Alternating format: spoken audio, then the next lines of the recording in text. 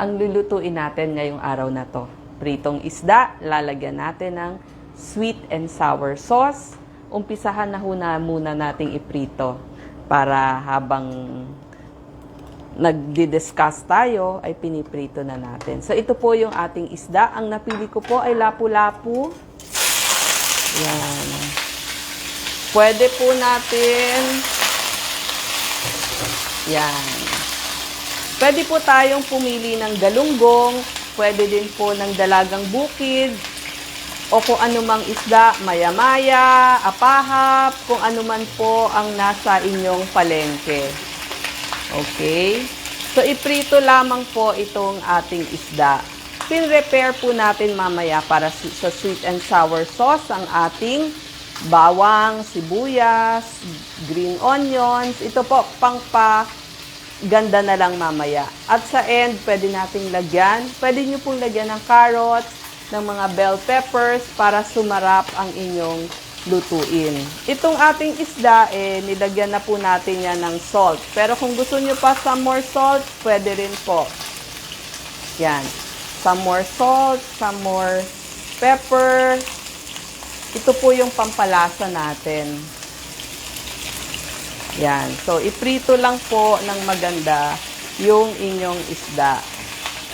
Medyo mas messy lang to gawin kasi po prito o tatalsik, pero maganda po ang isda. Gusto ko po mas kumain kayo ng isda 1 to 2 times a week, pero kung pwede 2 to 5 times a week kasi ang isda po, ang seafood, ang source ng omega-3 fatty acid.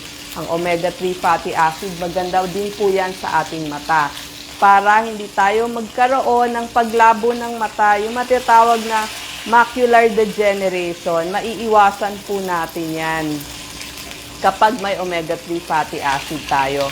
Bukod pa doon, nakakapagpaganda ng blood pressure, nakakapagpababa ng triglyceride. Hindi ba pag mataas ang inyong triglyceride, tinatanong nyo anong pwedeng kainin? So, pwede po ang mga isda kasi meron siyang omega-3 fatty acid. Yung DHA, omega-3 fatty acid po yun, maganda sa mata at sa ating brain. Yan. Ang isda rin po ay source ng calcium. Okay, so mabilis lang magprito ng ating isda. Actually, kung mas maliit, yung mga galunggong, dalagang bukid, mas madali pong iprito. Okay. Actually, tansyahan po yan Pag hindi na dumidikit, malamang maganda na yung inyong isda. Baka prito na siya. Tsaka nakita nyo, nilagyan ko ng gatla. Kasi with that gatla, mas naluluto sa loob. Ayan, nilagyan po natin siya ng gatla. Yan. Okay. Para mas lalabas yung mas maluluto dun sa loob, mas maa-absorb niya. So, mamaya babalik ta rin natin yan. Usually, per side, siguro mga 3 minutes, maluluto na yung inyong isda. Yan. Vitamin D, meron po ang ating isda para po ma-absorb yung calcium with the tulong ng phosphorus para sa ating buto at para sa ating immunity. Yan. So, pag gusto nyo na pong baliktarin, pwede nyong silip-silipin kung hindi na dumidikit. So, konti pa. Ito lang, itong lutong to, medyo mas gagamit kayo ng mantika. May mga ibang luto naman po ng isda na less ang gamit ng mantika.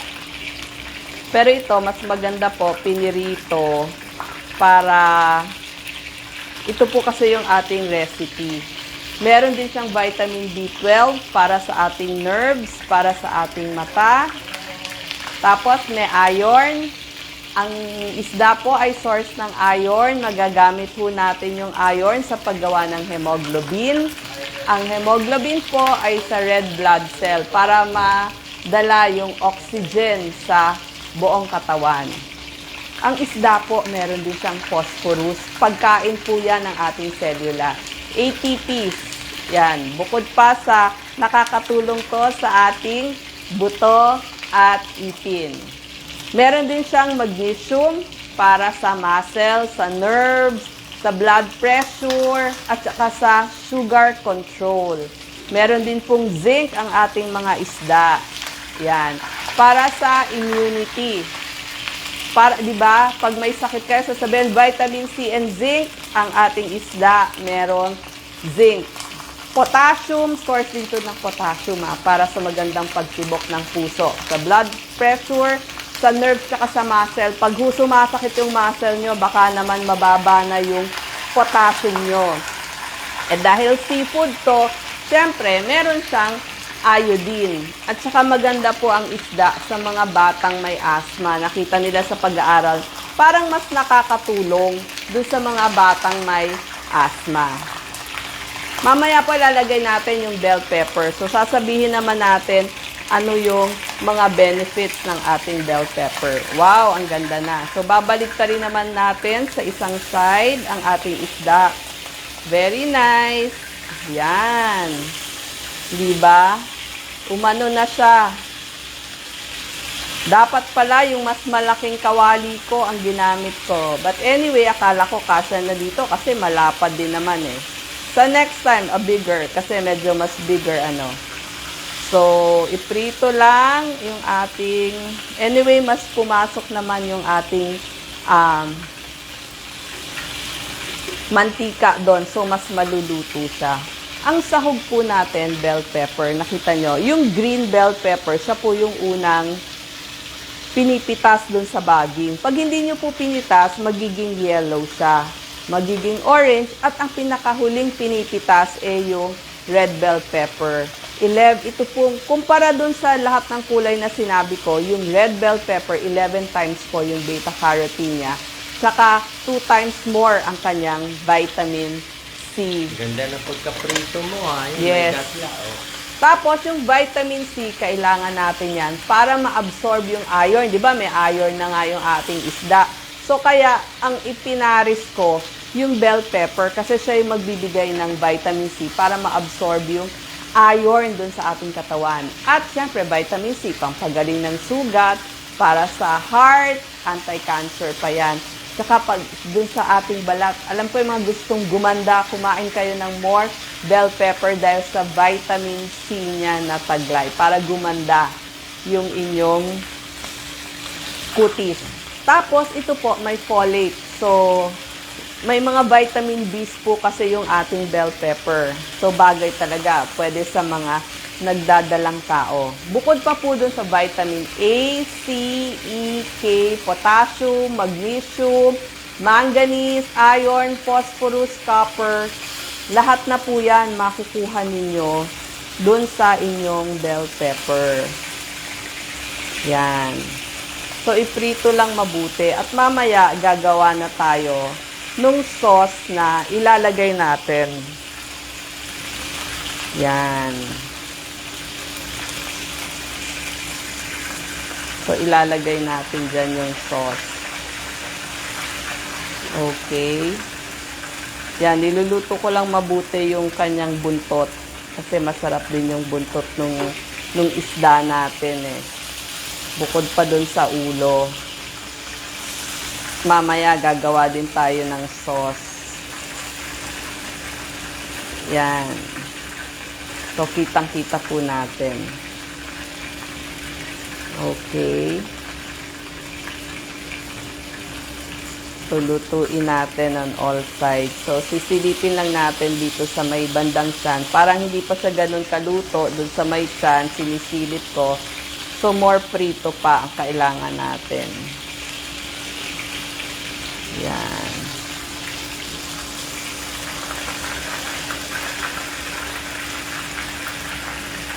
Para mas maprito pa.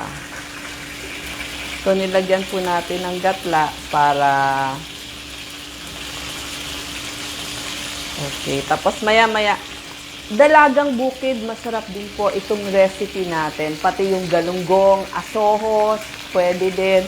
Any sariwang isda, maya-maya, kung ano man po yung mga nandyan, mga isda na dapa, pwede rin po, espada. Kung ano po yung napapanahong isda, kasi depende dun sa huli eh. So, yun yung gagamitin natin. Hindi na matagal pala lulutuin. Actually, gusto ko lang lutuin. Sinisilip ko kasi from the inside. Pero pwede na rin. Gagawa na rin tayo ng sauce pamaya-maya. Okay. Sige, pwede na nating i-turn at gagawa na tayo ng sauce from time to time. Yan. Okay. Side view. Pati side view para maganda. Actually, pag maganda din to, inaano mo eh. Yan. Binababa mo. Oo. Para maluto mabuti. Actually, a little pa tong ano natin.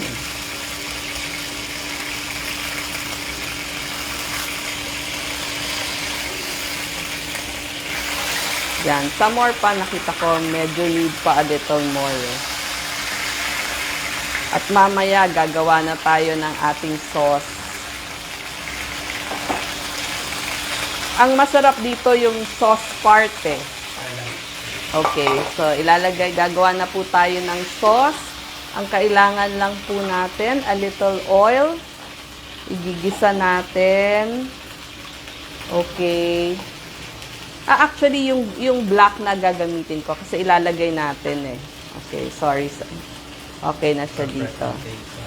Oo, para mas maganda yung presentation. Sorry. Yan. Dito natin igigisa yung ating sweet and sour sauce. Yan. Pag mainit na po yung inyong oil, so mainit naman na tong ating kawali. Yan, mafe-feel nyo naman eh.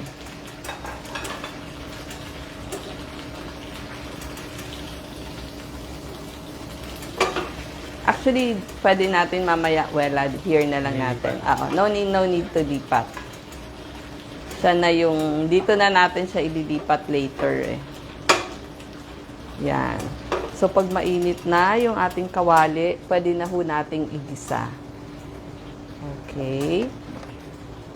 Pwede na po natin ilagay yung ating bawang at sibuyas. Pwede sibuyas muna. Yan. Ang paggawa po ng sweet and sour sauce, yung simple lang po. Ako ang ginagamit ko yung ready na eh. Favorite daw nila tilapia. Pwede rin. Yes, actually, sa mga restaurants po, tilapia ang ginagamit nila. Isa pa rin yun. Yung mga dapa na isda, ika nga, yung mga higang isda, yan ho ang maganda. Sibuyas. Painitin lang po.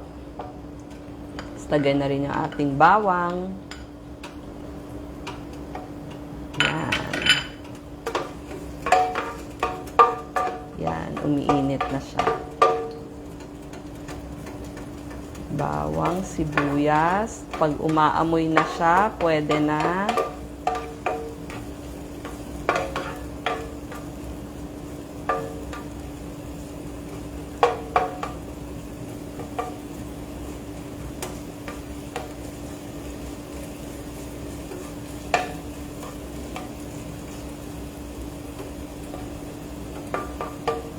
Yan.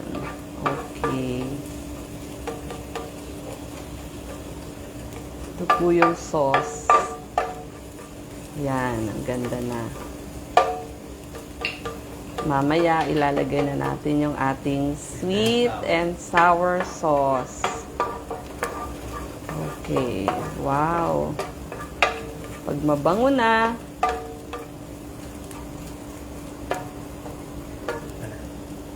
yes. Lagay natin yung ating sweet and sour sauce. Yes. Any sweet and sour sauce na ready na bibili, pwede po.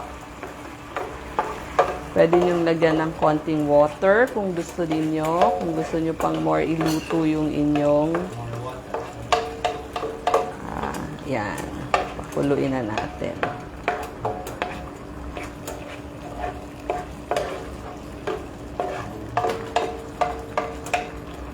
More kulo. Kung gusto nyo pong lagyan ng water, pwede din. Kung gusto nyo pang mas lutuin. yung inyong isda. Yes, napakasarap po ng tilapia dito. Kasi talagang itong isda natin, source of protein. Sabi nga, pangpalakas dun sa mga atleta, yung mga malilikot na bata, kailangan masustansya para may lakas sila sa paglalaro, sa pag-aaral. And sabi ko nga, pag may sakit, bagong opera, bigyan ho natin ng isda. Yan, pakuluin lamang. Tsaka, pwede nyo pong itoppings na lang doon or kung gusto nyo, ilubog din dito yung isda. Any will do kung ano po yung mas gusto ninyo. Lalagyan na rin. Ito po. Actually, pwede itong huling-huli pero kung gusto nyong isama, okay din. Lagay na natin Yan. sa plato. Oo. Lalagay natin. Tapos mamaya yung green pepper nyo. Yan. Kung more sauce gusto nyo, mas maanghang, pwede din. Lalagay na sa plato. Pwede. Yan. Actually, mas gusto ko is ilagay natin dito yung isda. Kasi, kung sa tingin nyo, kulang yung pagkaprito, pwede nating ilagay. Oo. So, para mas maluluto pa siya. Yan. Kung kulang yung ating Yan. Okay. Sakto dito sa ating lutuan. Na-shoot siya sa gitna. Yes, hindi ko na po tatakpan para makita ninyo. Okay. That's it. That's it. So, mas bigyan ho natin. Itong green bell pepper nyo, pwede nyo pong mamaya na ilagay or pwede nyo rin namang ilagay kung gusto na. Yes, itong inyong green onions pala. Sorry po. Pwede nyo ilagay, pwedeng mamaya na rin. Pampaganda. Pwede rin po one soy ang ilalagay ninyo. Actually, masarap dito yung one soy eh.